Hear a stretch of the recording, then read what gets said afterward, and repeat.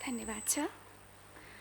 12औं नगर सभा उद्घाटन समारोहका सभाध्यक्ष एवं भक्तपुर नगरका प्रमुख आदरणीय सुनिल प्रजापतिज्यू, प्रमुख अतिथि नेपाल मजदुर किसान पार्टीका केन्द्रीय अध्यक्ष नारायण मान बिजुक्से रोहितज्यू, विशेष अतिथि नेपाल मजदुर किसान पार्टीका केन्द्रीय सचिव एवं सांसद प्रेम सुवालज्यू, मञ्चमा आसीन विशिष्ट व्यक्तित्वहरू, अतिथिज्यूहरू, यहाँ उपस्थित जनप्रतिनिधिज्यूहरू, बौद्धिक व्यक्तित्व, पत्रकार र उपस्थित सम्पूर्णमा म हार्दिक अभिवादन व्यक्त गर्दछु।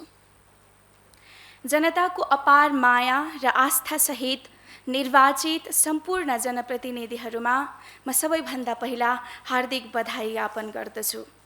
साथै जनताको इच्छा आकांक्षा बमोजिम अबको कार्यकाल सफल रहोस् भन्ने शुभेच्छा पनि व्यक्त गर्दछु। साथसाथै 12औं नगर सभाको सफलताको कामना गर्दछु। निर्वाचन अघि र पछि भक्तपुरको सम्पदा संरक्षण, पुनर्निर्माण, जनसहभागितामा आधारित विकास मोडल, नगर निर्माणको मौलिक शैलीबारे बेजोड चर्चा भयो। राजनैतिक डबलीमा खोपो मोडेलको मात्रै चर्चा भएन, निर्वाचन परिणाममा पनि खोपो मोडेल स्थापित भएको बारे प्रदेश सांसदहरूबीच चर्चा भयो। एउटा भनाइ छ, रोम एकै दिनमा बनेको सहर होइन, त्यसरी नै भक्तपुर एकै दिनमा बनेको सुन्दर नगरी होइन। अग्रज पुस्ताले लडेको, भोगेको र मेरो पुस्ताले पढेको र पढ्नै पर्ने भक्तपुरको राजनैतिक, सामाजिक र आर्थिक इतिहासले यही भन्छ। आजको सफलता त्यही इतिहासको उपज हो भनेर अग्रजहरू पनि भनिरहनु भएको छ। जनसेवाको राजनीतिको स्पष्ट उद्देश्यको उपज हो भक्तपुर भनेर भनिरहनु भएको छ।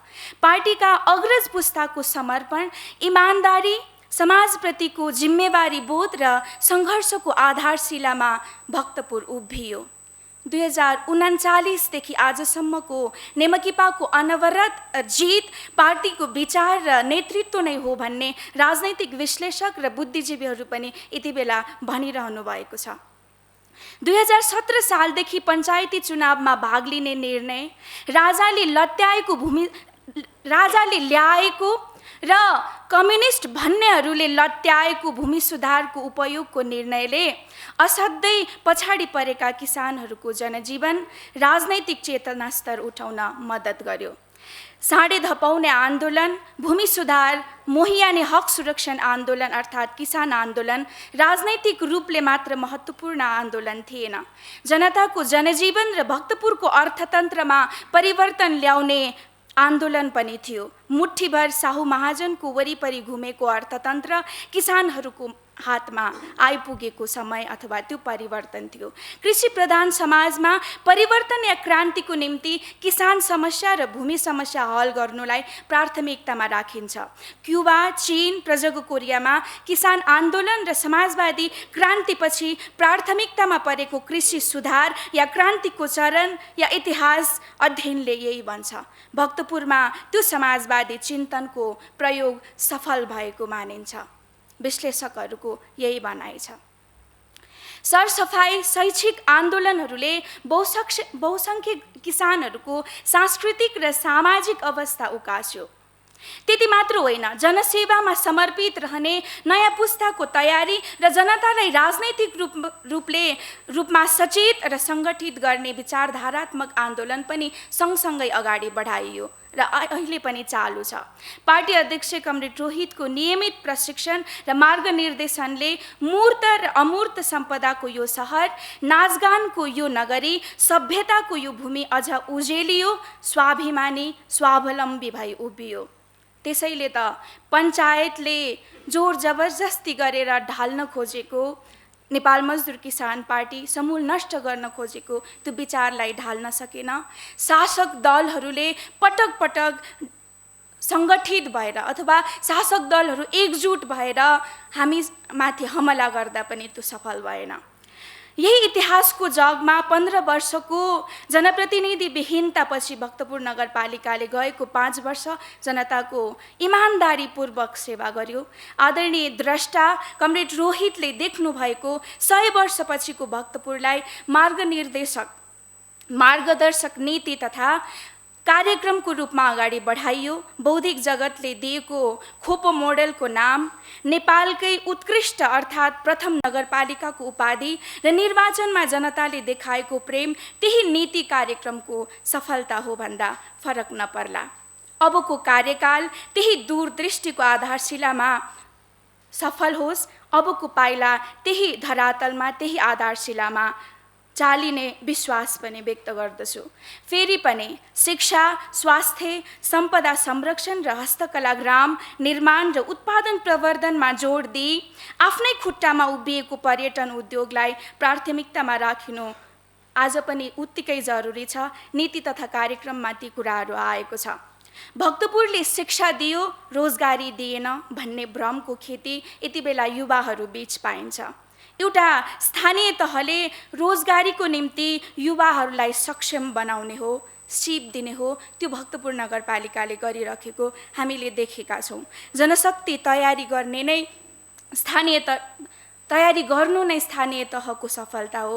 रोजगारी सृजना भनेको राष्ट्रिय मुद्दा हो। यो विषयमा सरकारमा भएका, सङ्घ प्रदेशमा भएका दलहरूले सोच्न जरुरी छ। र यति बेला सङ्घीय व्यवस्थाको 3 तहको सरकार नीति कार्यक्रम र बजेट बनाउन व्यस्त छ। सैद्धान्तिक रूपमा सङ्घीय व्यवस्थाको नीति र बजेट विकेन्द्रीकृत र स्वायत्तताको आधारमा हुनुपर्दछ। 5 वर्षमा त्यसको अभ्यास पनि भएन। प्रदेश एक किसिमले हस्तान्तरण केन्द्र जस्तै बन्यो। सङ्घले ससाना योजना पनि प्रदेश र स्थानीय सरकारलाई जिम्मा लाउन मानेन। केन्द्रीयकरणकै अभ्यासमा सङ्घीयता सफल नदेखिनु स्वाभाविक जस्तै भयो।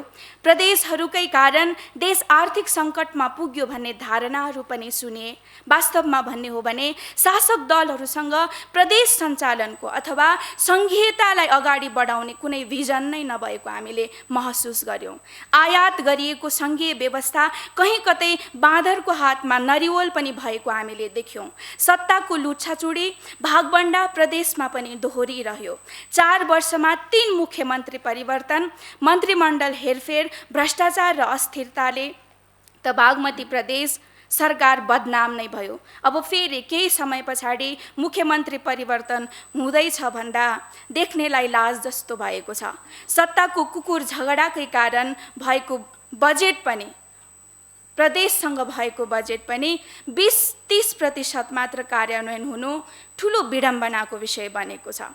र 4 वर्षमा शासक दलहरूले प्रदेशमा, बागमती प्रदेशमा विशेष गरी समृद्धिको रटान भने लाउन छोडेको छ। भोग, रोग र गरिबी सङ्कटको अवस्था देखाएर हामीले निरन्तर विरोध गरेको कारण त्यो बन्द भएको हाम्रो अनुमान छ। श्रीलङ्का, बङ्गलादेश, पाकिस्तानमा जस्तै नेपालमा आर्थिक सङ्कटको कारण अर्थनीति नवउदारवादी हुनु, वैदेशिक सहायता र ऋण, भारतको बजार र एकाधिकार पुँजीको दादागिरी, भ्रष्टाचार र राजनीतिक अस्थिरता कमन कारणहरू अथवा त्यो सङ्कटको कारणहरू, साझा कारणहरू हो भन्ने लाग्दछ। र नेपालको सन्दर्भमा पछिल्लो 11 महिनाको यदि तथ्याङ्क हेर्ने हो भने 16 खर्ब व्यापार घाटा भयो। गत वर्षको तुलनामा 25%ले व्यापार घाटा बढेको देखिन्छ। वैदेशिक वस्तु आयात 17 खर्बको बढेको छ। पेट्रोलियम पदार्थ मात्रै 2 खर्ब 67 अर्ब 29 करोड 98 लाख को आयात भएको छ। र खाद्यान्न आयात सबैभन्दा बढी छ। मूल्य वृद्धि, मुद्रास्फीतिको मारमा जनता यति बेला छन्। उत्पादन र आम्दानी छैन। ऋण पासोमा देश फस्दैछ। र यस्तो सङ्कटको अवस्थामा कमरेड रोहितले 2041 सालमै लेख्नु भएको एउटा पुस्तिका आत्मनिर्भरता र नेपालको आर्थिक विकासलाई पुनः पल्टाउन आवश्यक मैले देखेको छु, महसुस गरेको छु। उहाँको विचार स्थानीय तहदेखि केन्द्रको बजेट, अर्थनीति र पञ्चवर्षीय योजना निर्माणको निम्ति आज पनि सहयोगी र सामयिक नै देखिन्छ। कृषि प्रधान देशमा कृषिलाई अगाडि नबढाई अर्थात् जनतालाई दुई छाक खुवाउन सक्ने उत्पादन गर्न नसके आत्मनिर्भर अर्थतन्त्रको कल्पना फगत मृग तृष्णा बन्छ। कृषिको विकासका निम्ति उद्योगहरूको सञ्चालन, रासायनिक मल कारखाना, कीटनाशक औषधि कारखाना, कृषि औजार कारखाना लगायत उत्पादित उत्पादन व्यवस्थापन र फाइनल गुड्स निर्माण कारखाना सञ्चालन आवश्यक छ। सिँचाइ असाध्यै महत्त्वपूर्ण पक्ष हो र त्यति बेला नै उहाँले भन्नुभएको, तर यो कुराहरू त्यति बेला नै उहाँले अगाडि राख्नु भएको त्यो कार्यान्वयन भएन र त्यो भिजन अहिलेको स्थानीय सरकारहरू सँगसँगै प्रदेश सरकार र सङ्घसँग पनि नभएको हामीले देखेका छौँ। आत्मनिर्भरताको निम्ति र आर्थिक विकासको निम्ति उद्योगहरू सञ्चालन आवश्यक। भ्रिकुटी कागज कारखाना, बाँसबारी छाला जुत्ता उद्योग, हरिसिद्धि इँटा टायल, हेटौडा कपडा कारखाना समेत निजी र एकाधिकार पुँजीलाई सुम्पने कामहरू भएको हामीले देख्यौँ। निजी क्षेत्रलाई प्राथमिकतामा अहिलेको सरकारले पनि राखिरहेको हामीले देखेका छौँ। प्रदेश र सङ्घको उत्पादनमा जोड छैन। अहिले पनि नीति तथा बजेट बन्दाखेरि हामीले त्यो महसुस गर्यौँ। उद्योग चलाउने काम निजी क्षेत्रको हो, त्यसकारण वीरगन्जको चिनी कारखाना र कृषि औजार कारखाना नचलाउने, जुत्ता र इँटा कारखाना सरकारले चलाउँदैन जस्ता अभिव्यक्ति काङ्ग्रेस प्रवक्ताहरू यति बेला दिँदैछन्। कम्युनिस्ट पार्टीका सांसदहरू जनक शिक्षा पनि बेचौँ भन्दैछन् र 32 वर्षमा यो उत्पादन शून्यता र सङ्कटको कारण त्यसकारण शासक दलहरू हो भनेर हामीले भन्यौँ। यो पुस्तकमा उहाँले लेख्नु भएको पुस्तकमा खोप नगरपालिकाले, भक्तपुर नगरपालिकाले अगाडि बढाएको विकासको मोडल अथवा श्रमदानमा आधारित विकासको मोडल, जनसहभागितामा आधारित विकासको मोडल उहाँले उति बेला 41 सालमै लेख्नु भएको अथवा त्यो किसिमको भिजन दिनुभएको हामी यो किताबमा पढ्छौँ। स्थानीय स्रोत साधनको अत्यधिक उपयोग गरेर उत्पादनमा लाग्नुपर्छ। विदेशीसँग हात फैलाउनु हुँदैन, नफैलाउने अथवा फैलाउँदाखेरि परनिर्भरता बढ्ने कुराहरू छ। सभ्यता र सांस्कृतिक नगरीमा हस्तकला ग्राम असाध्यै महत्त्वपूर्ण, घरेलु उद्योग असाध्यै महत्त्वपूर्ण, मझौला उद्योगहरू असाध्यै महत्त्वपूर्ण हुन्छ भनेर उहाँले लेख्नु भएको छ। सँगसँगै उद्योगहरूलाई विकेन्द्रित बनाउनुपर्छ, एकै ठाउँमा उद्योगहरू राख्नु हुँदैन।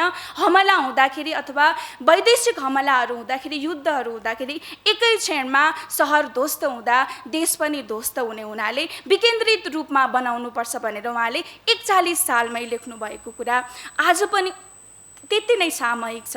र संस्कृतिसँग, भक्तपुरको हकमा, सांस्कृतिक नगरको हकमा संस्कृतिसँग अर्थतन्त्रलाई जोड्ने काम भएको खण्डमा अझ राम्रो हुन्छ भनेर चिन्तकहरूले यति बेला यो सुझाव दिनेहरूले पनि भनिराख्नु भएको छ। सँगसँगै हामीले नीति तथा कार्यक्रममा पनि सुन्यौँ, जुजुधौ, हाकुपटासी, टाइचिनको चिउरा लगायत उत्पादनलाई जोड दिने कुरा असाध्यै सराहनीय छ। र अर्थतन्त्रमा आत्मनिर्भरता, राजनैतिक आत्मनिर्भरता र देशको सार्वभौमिकता रक्षाको निम्ति पनि जरुरी हुन्छ भनेर उहाँले त्यसमा लेख्नु भएको छ र आजको परिप्रेक्ष्यसँग त्यसलाई जोडेर विश्लेषण गर्न जरुरी छ। कृषि उद्योगको विकासका लागि आवश्यक पर्ने पुँजी स्वदेशबाटै उठाउन सकिने उपाय कमरेड रोहितले सुझाउनु भएको थियो। उति बेलै राष्ट्रिय पुँजीपतिहरूको पुँजी र राष्ट्रिय ऋण तथा उत्पादन, विकासोन्मुख अर्थतन्त्र र घरेलु अर्थतन्त्र आधार बन्नुपर्ने, तर बहुदल पछिको 32 वर्षमै वैदेशिक ऋण र सहायतामा देश लिलाम भएको अथवा देश बर्बादीतिर गएको हामीले देखिरहेका छौँ। र आज विनियोजित बजेटको 40% ऋण नै छ, वैदेशिक ऋण। प्रत्येक नेपालीको टाउकोमा 67,000 को ऋण बाँड्छ।